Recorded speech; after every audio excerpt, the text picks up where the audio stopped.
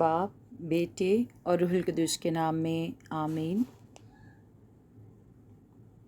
आज की पाक इंजील की तिलावत बमुताबिक मुक़द्दस लूका 9वां बाब 51 से 56वीं आयत तक कलाम मुक़द्दस में यूं मरकूम है।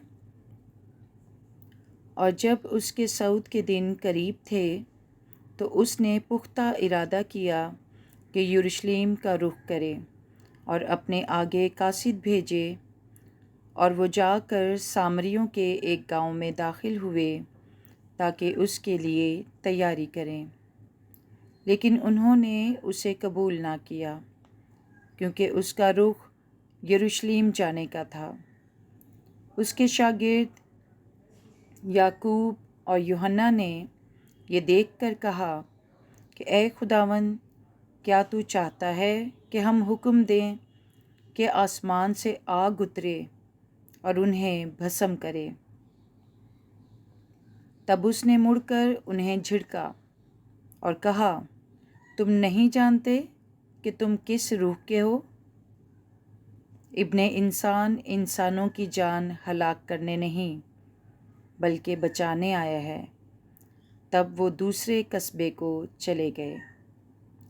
पाकलाम के पढ़े और सुने जाने पर खुदा की बरकत हो, खुदा का शुक्र हो। आमीन।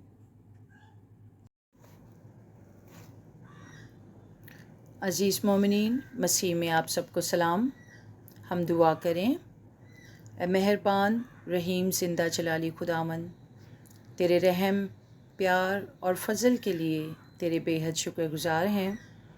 बख्श दे कि हम तेरे कलाम को अपनी रोज़मर्रा ज़िंदगियों में सीख कर, अमल करके, ज़ाहिर करके तेरे नाम को जलाल देते रहें।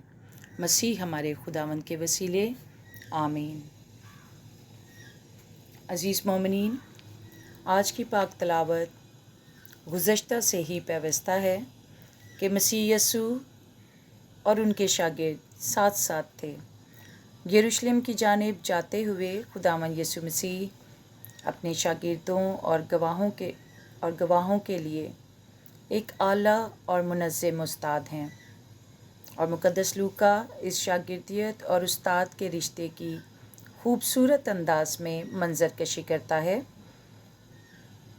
अजीज़ों, खुदावंद यसू मसीह अपने शागिर्दों पर ये बात अयां करते हैं कि ना ही मेरा ज़मीनी सफ़र आजमाइशों और तकलीफ़ों से आज़ाद होगा, और ना ही मेरे पैरोकारों का। लिहाजा जो मेरे पीछे चलना चाहता है उसे हर रोज़ अपनी सलीब उठानी होगी। यहाँ ये बात गौरतलब भी है कि मैं और आप ये सलीब उठाए थक तो नहीं गए, बेजार तो नहीं हो गए, मनफी रवैयों और दिल आज़ारी से बरगश्ता होकर ये तो नहीं सोचते कि अब जैसा कोई सलूक मेरे साथ करेगा मैं भी उसके साथ वैसा ही करूँगा या करूँगी।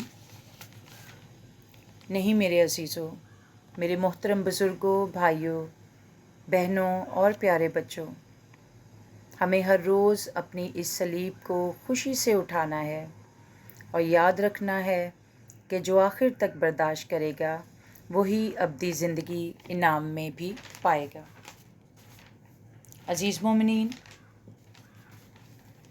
खुदावंद यसू मसीह को जब यरूशलेम की जानिब अपने शागिर्दों के साथ जाना था तो रास्ते में उन्हें सामरिया के इलाके से गुज़रना था, और सामरी यहूदियों से दोस्ताना ताल्लुकात ना रखते थे, और ख़ास तौर पर जब यहूदी मुक़द्दस शहर यरूशलेम को जाते हुए उनके इलाके से गुज़रते थे।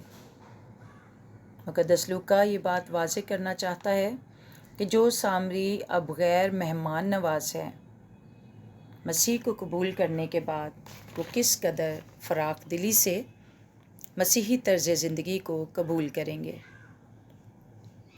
और ये सिखाना चाहता है कि खुदावंद यसू मसीह ने अपने सफ़र की शुरुआत में ही मुखालफत, मुश्किलात और तकालीफ़ का सामना किया।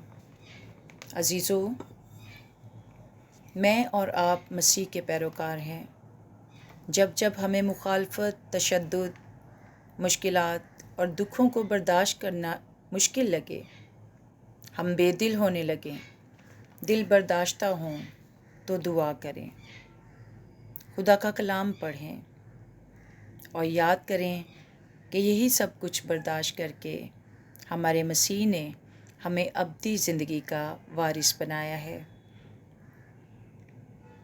عزیزو، یہ زندگی تو ایک سفر ہے، ہماری منزل ابدی زندگی ہے۔